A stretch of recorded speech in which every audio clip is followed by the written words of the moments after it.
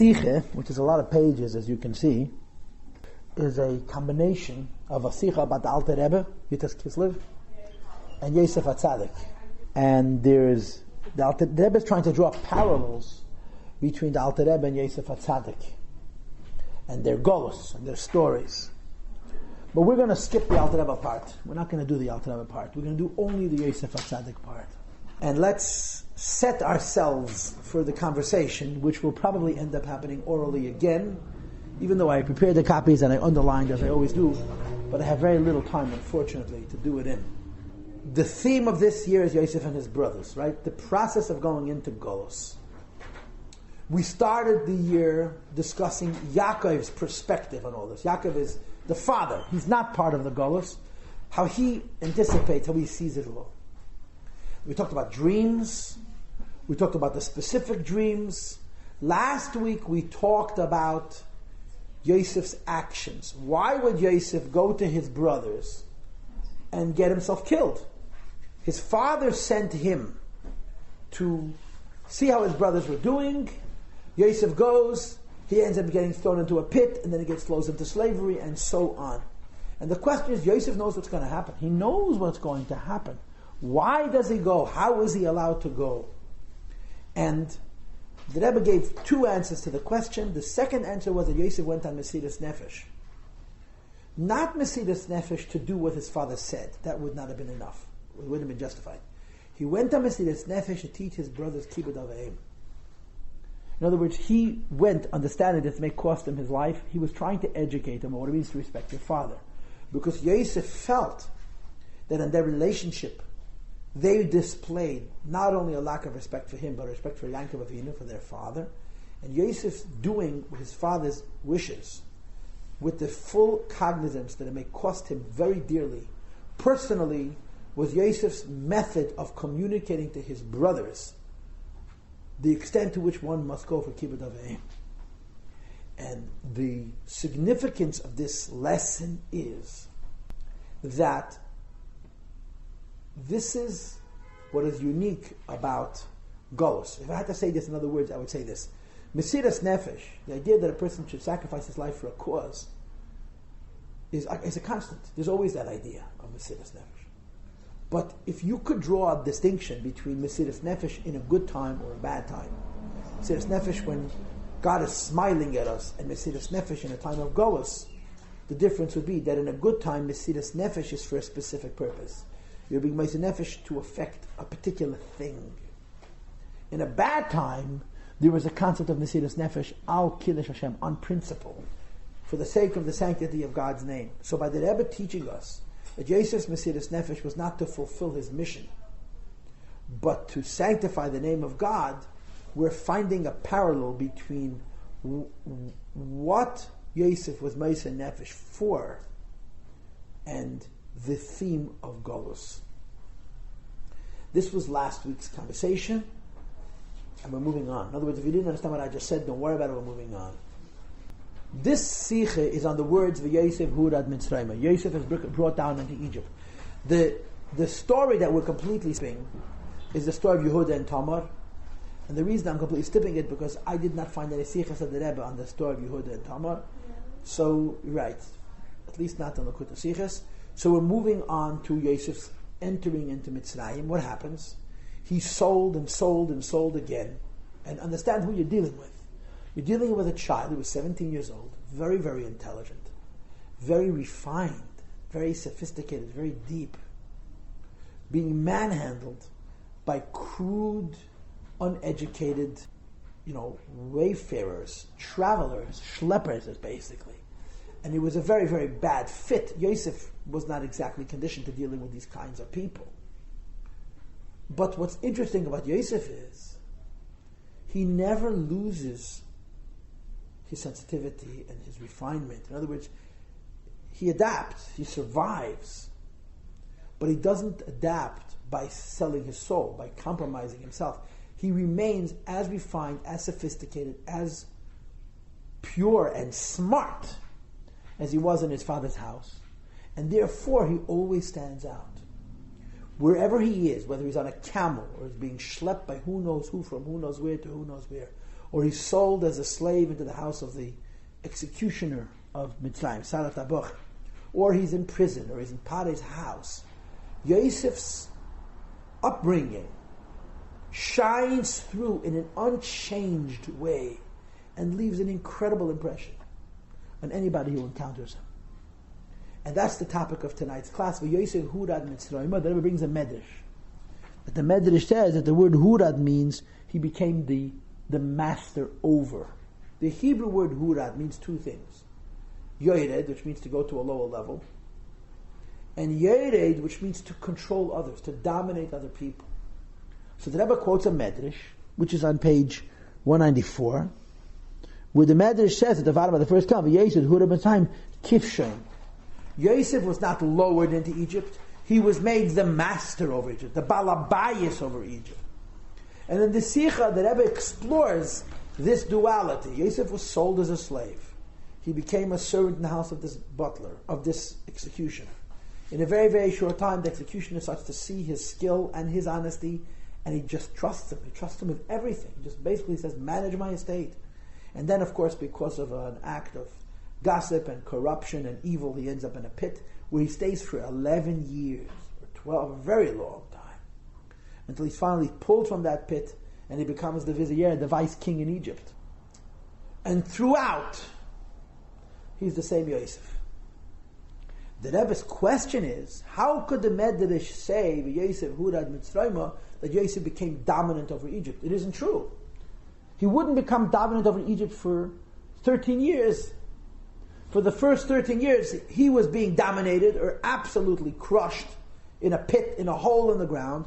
How could the Medrash say Yosef Hurad? Of course, the simple answer to that question is, at first he was lowered into Egypt. Eventually he became the leader, the vizier in Egypt.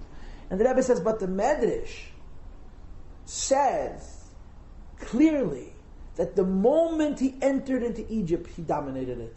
Not the moment he entered into Egypt, he set up a later governing of the country, which would take 13 years to unfold.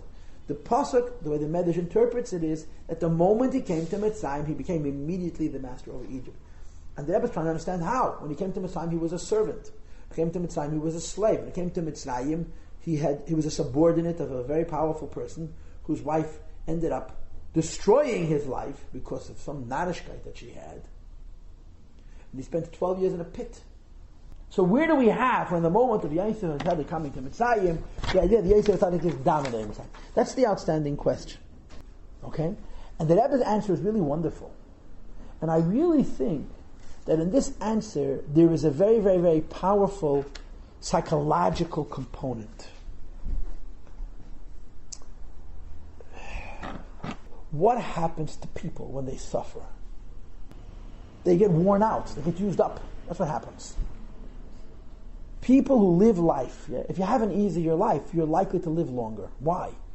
Because stress kills. Stress exhausts. A person has more stress in his life, they will more likely pass away sooner because the body gets used up. It gets depleted. Now, if this is physically true, that a person who has challenges lives less long because the challenges of life exhaust, now think about the spiritual person. You're raised with morals. To be good, to be kind, to be honest, to be fair, to be generous. And you're put into a society where everybody is dishonest and cheating and exploiting and hurting. Now, the first thing you have to do is survive.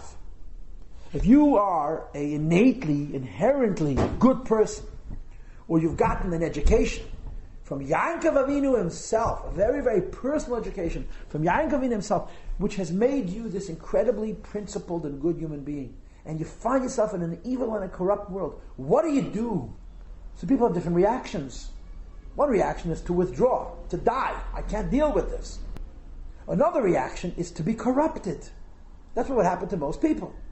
Take a good person, put them in a corrupt world, they will become corrupt. It's a fact of life. You know, I think about the mafia. I think I once mentioned this to you in the previous class. I think about the mafia. And I can't understand this holier than thou family invocation. The mafia calls of a family. Mafia is a family? It's a bunch of people killing people, and they use words like respect and loyalty. Come on, you're the chazedim, they're the lowest people. And I think part of the reason we don't understand the mafia is because we don't understand history. The mafia can be traced back to a society of Sicilians, people living in Italy. In that world, everybody lied, everybody cheated, everybody stole. You survived by being stronger than the other guy. You survived by being a family. In other words, when you live in a world where everybody is evil, you have to be more evil than them. That doesn't make you a bad person. It makes you a survivor. Now, how are you going to survive in a bad world? How? You're going to have a very strong family. Your family will die for one another. They'll be very quick to kill their opposition.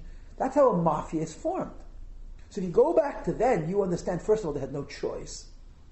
And second, the word family meant something. You follow? Now, transplant them to the New World. They come to America in the 1890s, turn of the century. They're living in the inner city. They're all slaves. Right? All the immigrants came to this country. The immigrants came to this country, and America was very happy to have them, but America wanted them. The first generation of immigrants were going to be slaves. Their children were going to be citizens. They're going to go to the public schools, and they'll get a chance to have a life. But when you came to this country, they expected you to give 20 years of slave labor. You're going to build the bridges. You're going to lay the bricks. You're going to work very hard and get paid very little. And they all lived together in a little place. Everybody was very poor. Everybody worked very, very hard. The mafia found a window. What was the mafia? We're going to exploit other people's weakness. Now understand, they didn't have the excuse that they had in Sicily anymore. Why not? Because nobody was killing them. They chose to kill others. So in the old country, when there was this concept of family, it actually could be appreciated as sacred. You understand? Here, it was an artificial invention. They had this mafia tradition. They came to this country. Everybody's poor. You know what? We're going to steal from poor people. Everybody in our neighborhood is going to work. They're going to pay us. Why? Because we'll kill them. So you're still using old labels, but you're living in a different world. It's not acceptable. There's no reason. Why should you stay from somebody else? Work yourself. But it worked. Yeah. But then what happened? The people who came to this country had children. Their children were no longer immigrants. Their children started to have a life. Until the mafia became a completely soulless thing. They still use words like family. They still use like loyalty. Why? Why? You're not surviving. You're not poor. You're a murderer. So they're still using the same language, but they no longer have their justification. It's not acceptable. You understand what I'm trying to describe? I'm giving you an education on civics. But getting back to the point, if you live in Sicily, if you don't belong to a family, you're not going to survive. So belonging to a family makes you bad. It makes you a survivor. So getting back to my question, what happens to a good, refined, smart person in a corrupt world? They can become corrupt. Either he dies or he assimilates. Imagine a person coming to a corrupt world, not dying and not assimilating. Managing to literally walk between bullets, between raindrops. Managing to present to this corrupt world a goodness that's so absolute that it's respected. Standing out. That was Yosef HaTzadik. That was Yosef HaTzadik. In the pit, on the back of a camel, being traded for incense, being a slave in the house of the king's executioner, being raised up to the business manager of the executioner's wife having you thrown into a pit, living amongst criminals in that pit. Yosef always was a part of the world in which he lived and was uncorruptible. He drew respect, not he drew respect because he had a quicker gun, but because he somehow managed to be so much a part of that world and so much not a part of that world. This is the story of the first 13 years of Yosef in Mitzrayim. Let me see if I can find just a few words. We don't have time to do everything I prepared. But let's see if we can find just a few words. Look at page 197. I know the copies are not very good, but let's see if we can understand. Look at the bottom of the first column. Hecher der Fun, higher than this. And again, I prepared a whole vision of what I was going to teach you, but I have no time, is Dargas Havodah from Yosef. Yosef is an unusually high level. Why? On the one hand, he was completely invested in Mitzrayim. He was a part of the corrupt world. He was right at the center of all the business and all the trade and all the lying and all the cheating, and he was involved in it. While in Egypt, he was altogether consumed and preoccupied by the world in which he was. And of course, this was certainly continued when there is Devarim Melech. He became a king in Egypt. He was certainly fully engaged. And yet, he was uncorruptible. He was so uncorruptible that the corruptors and the corrupted saw him as so above them that there was no conflict. And the Rebbe says in the next paragraph, please, since what makes Yosef so special was not only that he was made a king, he was able to do good things and help Egypt, but this idea that his childhood values, he was only 17 when he left home, were so much who he was that he not only was uncorruptible, he was uncorruptible while engaged. He was involved in Egypt and he remained this uncorruptible person. The moment he came into Egypt, he started as a slave by Tifas Batifa the executioner. He was involved in his affair. He got himself arrested and put in jail, where he sat for 13 years or 12 years, a very, very long time. And he was involved in the corruption then as well, because it says in the Pasuk, he was appointed the head prisoner.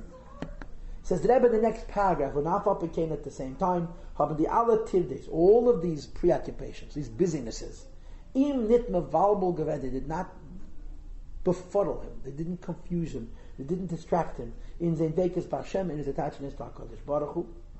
As he was involved in all of the same, he was a charity of godliness. How can a person live in a completely corrupt world, be at the center of the corruption, be engaged in the corruption, and be uncorruptible? Because he's connected to God. That was Yosef.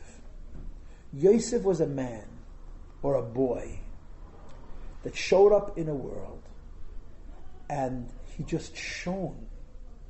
He just spoke by his existence, I'm different. But good different. Bad people are very threatened by good people. If you're a good person and you show up in a world of violence, they will dispose of you because you threaten them. Somehow Yosef didn't even threaten them. That's how good he was. And he was completely in their world. He was totally involved in what they were doing. And at the same time, Yosef HaTzadik shone as this essence, and I guess in this case the word essence is not overused, of goodness. That was Yosef HaTzadik. It's a very good question. He certainly saved Egypt in the famine. We know that he made certain laws, like he had to do a bris, which indicates that he was trying to make them less idolatrous, more involved in serving HaKadosh Baruch Hu. But we don't find explicit indications to this effect. I'm going to answer the question by saying, we don't know it as a matter of fact, but he probably tried to change Egypt. But he couldn't do that until he became a king. This Sich is not addressing his being a king. This Sich is addressing his being a slave and a prisoner. And saying, the goodness of Yosef was so absolute that everybody saw, not he saw, everybody saw that he was the same Yosef as a slave, the same Yosef as a prisoner, the same Yosef as a king. Which means he was uncorruptible and he was effective. He influenced his world without being influenced in a remarkable way. This is not greatness. This is absolute greatness. In other words, this comes from a connection to Hashem. The Sicha suggests that if you would take Yosef's brothers and put them into what Yosef experienced, they would die. They would die. They couldn't live. If you would take Yosef's parents and put them into that world, they would dissociate. They would disengage. They'd be in their own world. Yosef didn't die. He didn't dissociate. He associated. He engaged.